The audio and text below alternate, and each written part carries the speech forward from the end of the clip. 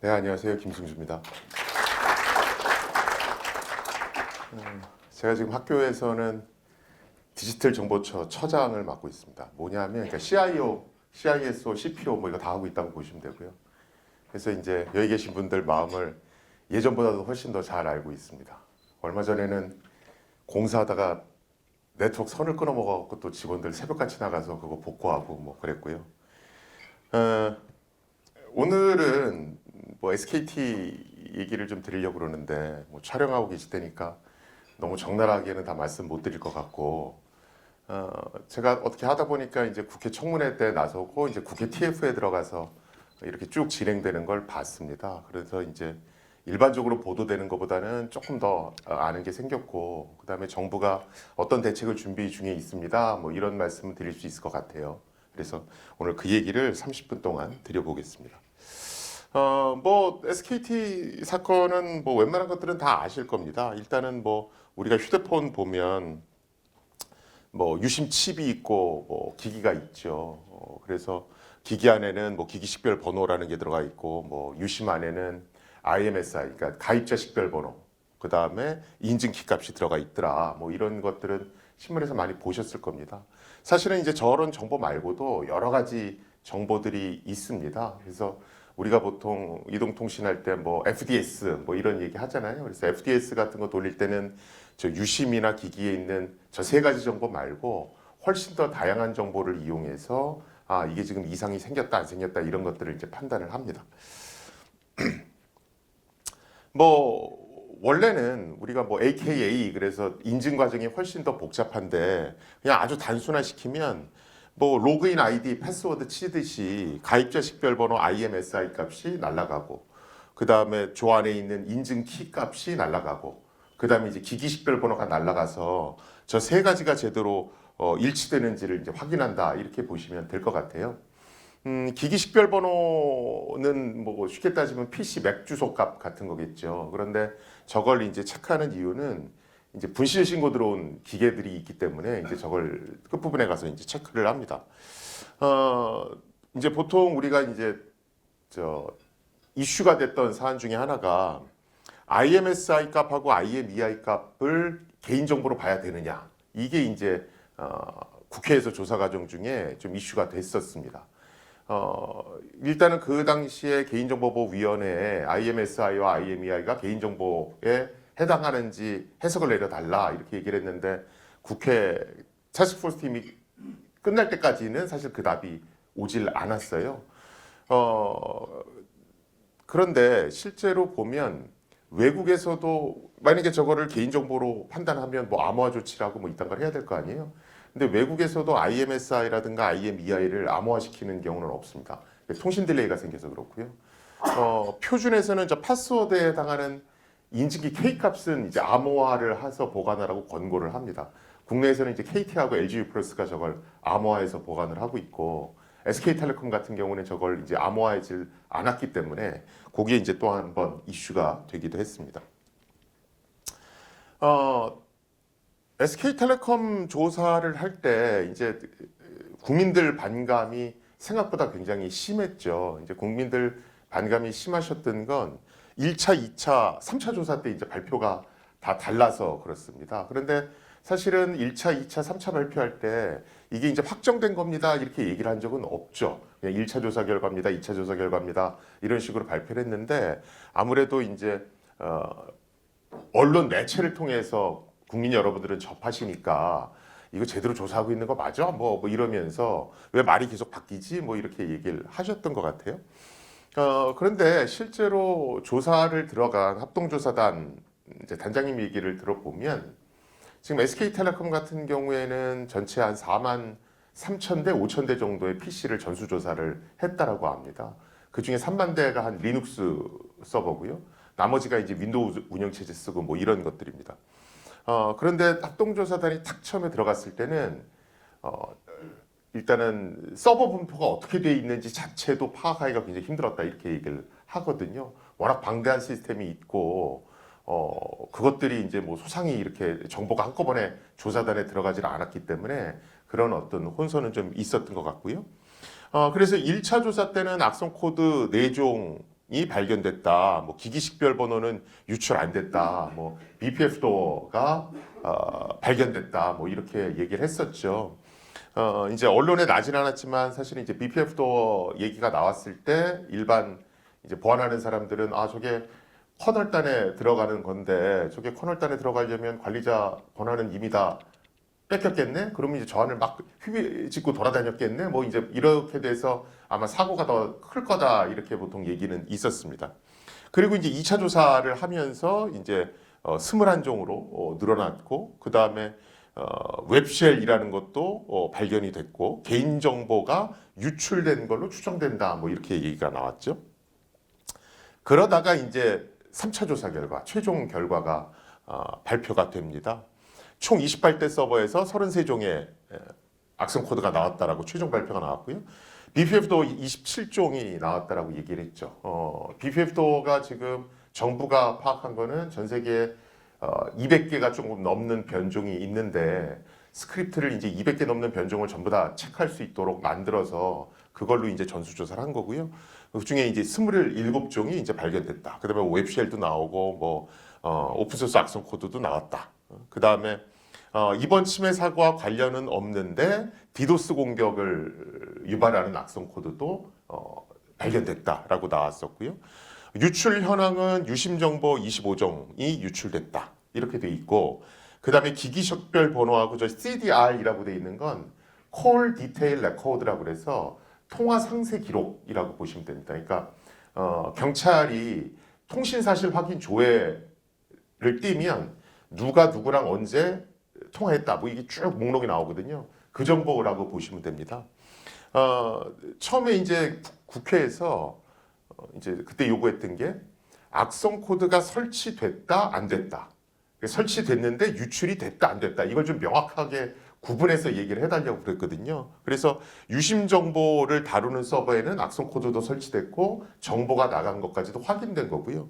저 기기 식별 번호하고 통화 상세 기록을 다루는 서버에는 악성 코드가 설치된 것까지는 확인이 됐는데 로그 기록이 충분히 남아있지 않기 때문에 유출됐는지 여부는 확인할 수 없다. 이렇게 이제 발표가 나갔습니다.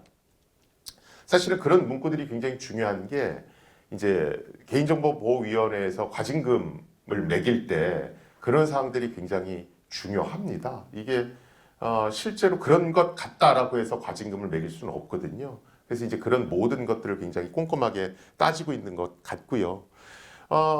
정부에서 이제 발표를 하는데 뭐 이랬다 저랬다 하고 발표 자료도 되게 잘 안 돼 있고 뭐 그래요. 그래서 그걸 이제 제가 다시 정리해서 그렸습니다.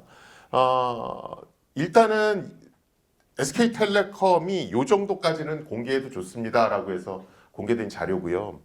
원래는 지금 여기 보시면 A 서버, B 서버, C 서버 이렇게 돼 있잖아요. 저 부분에 대해서도 합동조사단하고 SK텔레콤이 이견이 좀 있었던 것 같아요. 합동조사단은 조금 더 구체화시켜서 발표를 하고 싶었는데 SK텔레콤 입장에서는 망 구성도는 회사의 지적재산에 해당하기 때문에 오픈하는 게 한계가 있다 해서 타협을 본 게 이제 이 정도 그림이라고 보시면 되고요. 일단은 망이 폐쇄망으로 운영되는 게 4개가 있죠. 고객관리망, 시스템관리망, 업무망, 코어망 이렇게 있고요.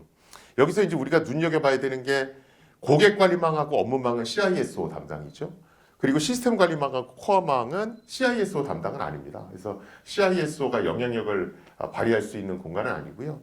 전체 자산 중에서 고객관리망하고 업무망이 차지하는 비중은 51% 정도 됩니다. 그래서 여러분들이 정부 발표 자료를 보면 CISO의 관할 영역이 51%밖에 안 된다. 그래서 대표 직속으로 해서 전체를 관장할 수 있게끔 해야 된다. 뭐 이렇게 개선안이 나왔던 게 바로 그 이유입니다. 처음에 이제 해커가 요 A 서버라고 하는 데다가 이제 악성 코드를 2021년 8월 6일 날 설치합니다. 그러고 나서 그 안을 봤더니 시스템 관리망, 그러니까 요 안에 있는 서버들의 아이디하고 비밀번호가 평문으로 저장된 파일을 발견을 합니다. 이제 그걸 발견했으니까 이제 5만 가지 군데를 이제 막 쏴돌아 다닐 거잖아요.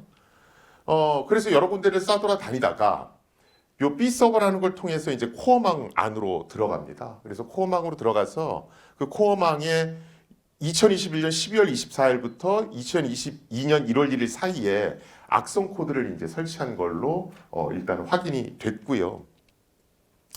그 상황에서 또 다른 데도 막 휘비시고 돌아다닙니다. 그래서 어떤 경로인지는 구체적으로는 안 돼 있지만 A 서버에서 고객 관리망까지 넘어간 게 확인이 됐고요. 그런데 여기서 재미난 건 임시 서버가 존재한다는 겁니다. 저 임시 서버는 캐시 같이 우리가 이제 개인정보 이런 거 암호화해서 보관하라고 그러잖아요. 근데 그때마다 거기 가서 암호화된 걸 풀었다 갖고 오고 다시 또 암호화해서 저장하고 귀찮으니까 모든 걸 임시 서버에 그냥 일정 기간 동안 보관을 하는 겁니다. 그래서 저기에는 뭐 IM, EI 값, 개인정보 뭐 이런 게 전부 다 그냥 생으로 다 저장돼 있다라고 보시면 되고요. 저 임시 서버에도 저 임시 서버가 이제 두 대가 있었는데 저기에서도 이제 악성 코드가 발견이 됐습니다. 그런데 이제 로그 기록들이 충분치 않아서 저기 있는 정보가 나갔는지는 확인이 안 됐습니다. 그리고 요 A 서버에 있는 아이디 비번을 가지고 B 서버, C 서버, 다른 서버들도 이제 쭉 돌아다녔고요. 그래서 이 안에 여러 서버들의 악성 코드를 설치한 걸로 확인이 됐습니다. 악성 코드가 설치된 서버 중에는 뭐 이렇게 뭐 보이스 필터링 하는 그런 서버도 있었고 굉장히 여러 종류의 서버가 있었던 걸로 확인이 되고요. 그 다음에 이제 최종적으로 이제 자료를 갖고 나간 건 2025년 4월 18일 날 최종적으로 가져나갔다. 이렇게 이제 확인이 됩니다. 그래서 정부가 발표했을 때 IM, EI 값하고 개인정보하고 그 다음에 통화 상세 기록은 유출됐는지 확인은 안 돼. 그런데 악성 코드는 발견됐음. 이렇게 발표를 한 거고요. 그 다음에 이제 코어망에 있던 IMSI 값, 인증키 값, 그러니까 아이디하고 비밀번호에 해당하는 이 두 정보는 2025년 4월 18일 날 나갔다. 이렇게 이제 발표를 한 겁니다. 이게 이제 정부의 최종 발표 결과고요. 지금 이제 여기서 아까 말씀드렸듯이 이제 IMSI고 K는 나갔고 나머지 세 개는 이제 유출 여부를 확인할 수 없는 거죠. 그런데 저 기록들은 이제 원래 주민번호하고 주소값 이런 개인정보는 1DB에는 암호화돼서 저장돼 있는데 임시 서버에서 풀린 상태로 저장이 됐으니까 어떤지 모르는 거고요. 그래서 지금 이제 개인정보보호위원회가 여러 가지 걸 따지고 있습니다만 일단은 임시 서버에 저 주민번호하고 주소를 암호화를 푼 채로 저장했다. 이거는 이제 개보위에서 문제를 삼을 것 같고요. 그 다음에 IMEI 값하고 IMSI 값을 암호화 안 시킨 거에 대해서는 뭐라고 할 수 있을까? 그건 뭐 저는 좀 의문입니다. 저게 지금 개인정보라는 해석이 과거에도 없었으니까. 그 다음에 저 CDR 통화 상세 기록 부분을 암호화를 해야 되나? 이 부분은 조금 미지수는 남습니다. 왜냐하면 SK텔레콤이 저 통화 상세 기록을 암호화를 시켜놓긴 했어요. 근데 암호화는 아니고 정확히 얘기하면 마스킹입니다. 예를 들어 7788 그러면 그걸 뭐 AABB 뭐 이런 식으로 하는 거예요. 근데 이제 문제는 해당 서버에서 그 매스킹한 패턴 표가 같이 이제 들어가 있었습니다. 그러니까 뭐 키가 같이 있었던 거하고 똑같죠. 그래서 이제 암호화가 별 의미가 없던 거고요. 사실 저는 초창기에 이제 이 사고가 났을 때도 방향이 너무 이렇게 금전적인 피해가 생길 수 있다라고 그래서 국민한테 공포감을 심어주는 건 좀 문제가 있다라고 얘기를 했었고 CDR부터 일단 확인해 보는 게 맞겠습니다라고 일단 얘기를 했었고요.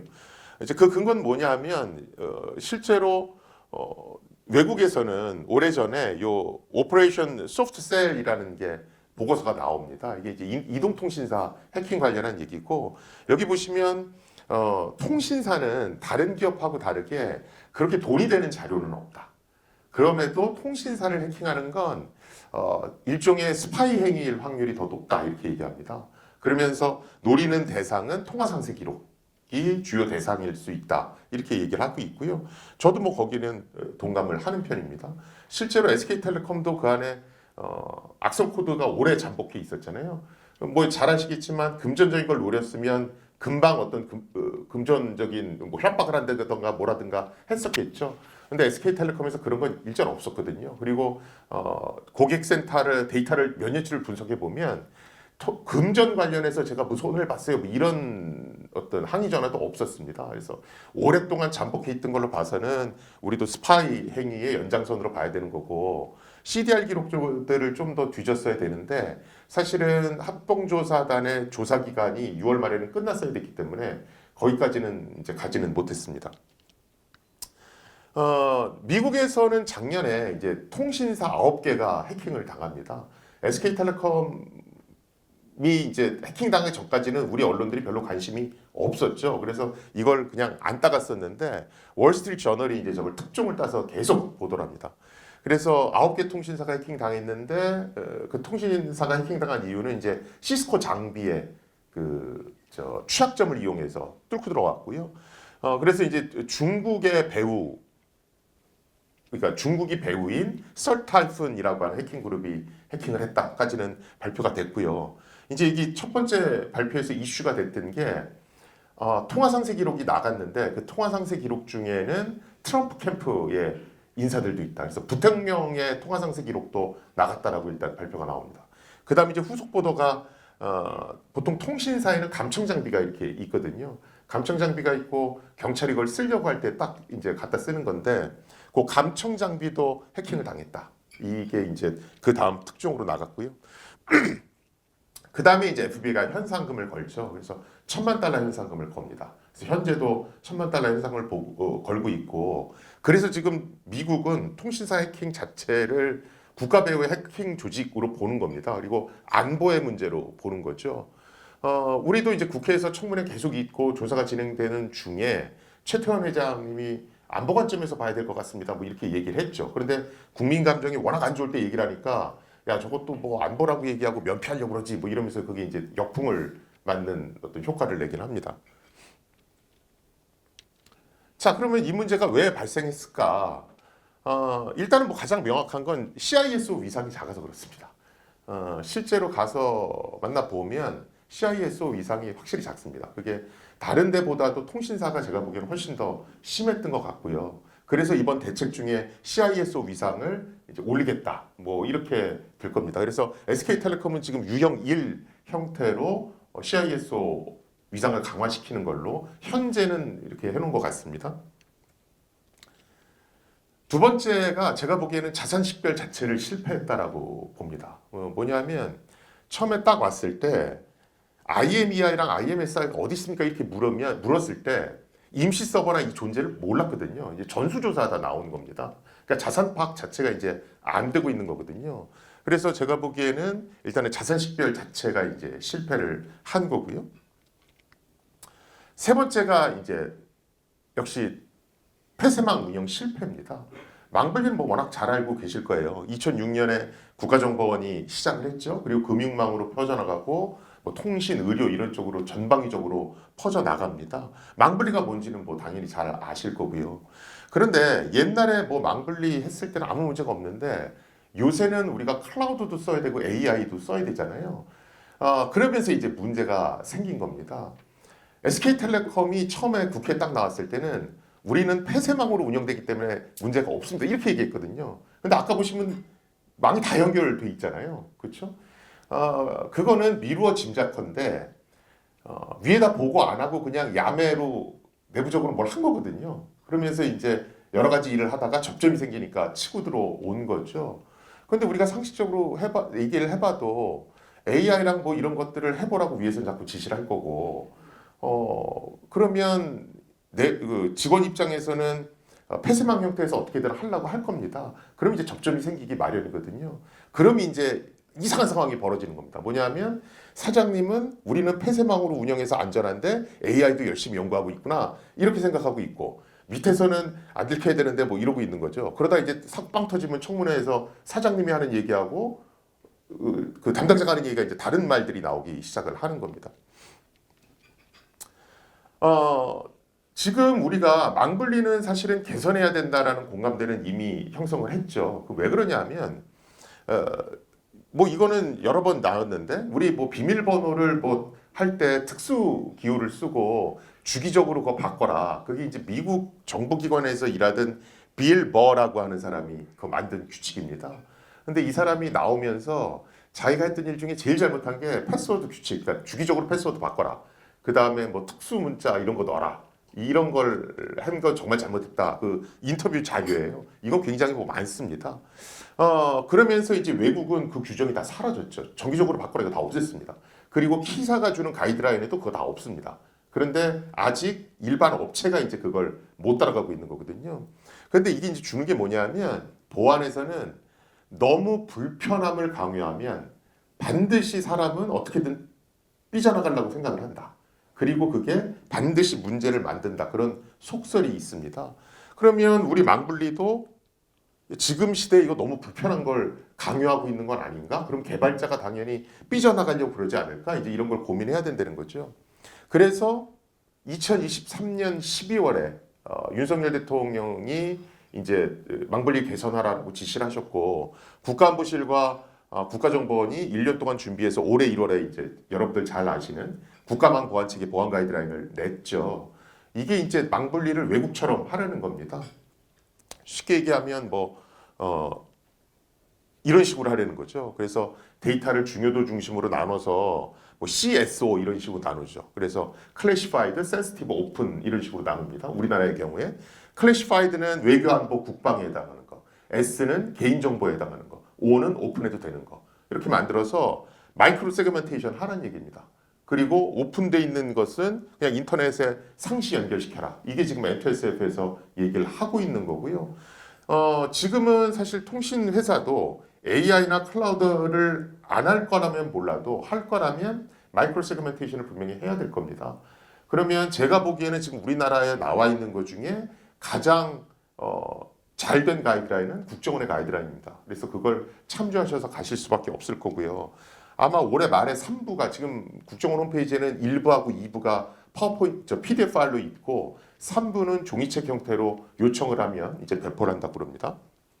그리고 올해 말에 그거보다 더 상세한 어떤 상세 매뉴얼을 또 보낸다고 그러죠. 외국에는 사실은 망블리뿐만이 아니고 클라우드도 나눠서 관리합니다. 그래서 우리는 퍼블릭 클라우드, 프라이빗 클라우드 이런 식으로만 얘기하는데 이건 지금 마이크로소프트 애저인데 가버먼트용 클라우드가 탑 시크릿, 시크릿, 가버먼트용 이렇게 나눠져 있잖아요. 그래서 외국 클라우드도 이렇게 나눠서 들어갑니다. 이게 이제 우리나라 클라우드 CSAP 인증 보면 상중하가 딱 이걸 따라가는 겁니다. 그래서 상이 국방외교 안보고 중이 개인정보고 하가 그냥 일반 데이터인 거고요. 근데 이제 문제는 뭐냐 하면 우리나라 클라우드에 이제 독소 조항이 좀 있었죠. 그래서 상, 중까지는 이제 옛날에는 전부 다 물리적 망블리를 했어야 되는데 이제 외국이 이제 그런 거에 대해서 문제를 삼은 겁니다. 그런데 우리나라가 그러면서 상중 하로 나눴고 물리적 망블리는 상중에 대해서 하라. 그리고 하 등급에 대해서는 논리적 망블리를 해도 됐다. 이런 식으로 풀어놨죠. 지금 클라우드 관련해서 하 등급은 완전히 열렸습니다. 그래서 외산 클라우드 업체들이 지금 다 들어와 있다고 보시면 되고 문제는 이제 상입니다. 상 지금 저는 모든 정부용 클라우드를 우리 업체들이 하는 건 문제가 있다고 봅니다. 왜 그러냐면 통상 마찰 문제가 생기기 때문에 이거 다 그냥 우리 업체 것만 쓸 거야 이렇게 될 수가 없거든요.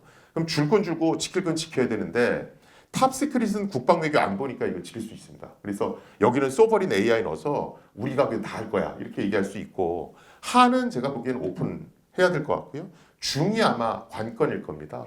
국가정보원하고 국가안보실이 처음에 이걸 만들 때는 중까지도 시장을 연다.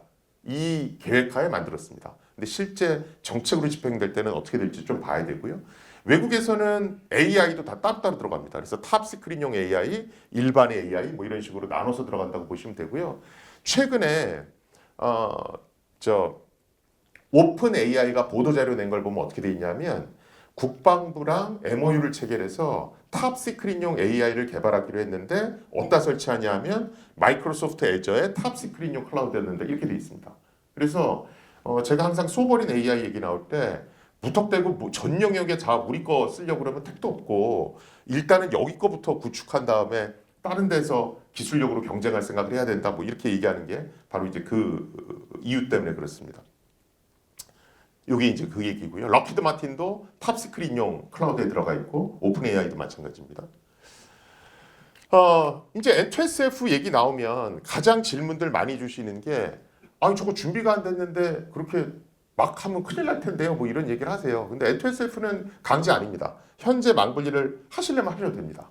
그런데 지금 국정원하고 국가안보실이 M2SF 준비하고 회의하면서 딱 얘기했던 게 더 이상은 국정원 핑계는 못 대게 할 겁니다. 그러니까 국정원이 망분리하라고 그래갖고 우리 AI 못 하는데요, 뭐 데이터 활용 못 하는데요, 이 핑계는 못 달게 하겠다라고 먼저 정해놓고 들어갔습니다. 그래서 국정원은 정확히 앞으로 업체는 이 세 가지로 딱 분리될 걸로 보여집니다.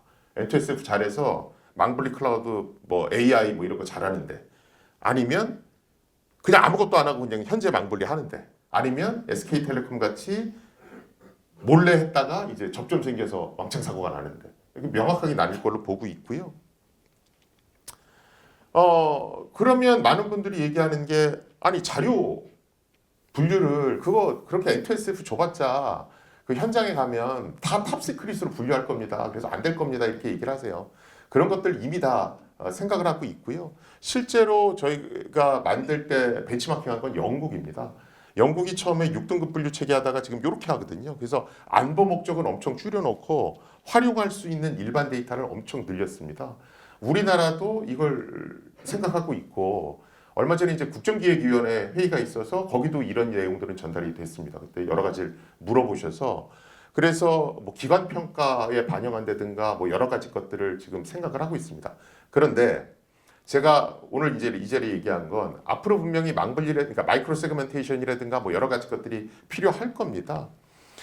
그런데 우리들이 보통 하는 건 파일 중심의 어떤 분류를 많이 생각하시거든요. 예를 들면 A.HWP, B.HWP, C.HWP 이런 파일이 있고, 그 파일 안에 하나라도 개인정보가 들어가 있으면 전체를 그냥 개인정보 파일로 묶어버리는 겁니다. 여기서 말하는 건 데이터 분류는 그거 얘기하는 거 아니고요. 저렇게 셀 단위로 분류하라는 얘기입니다.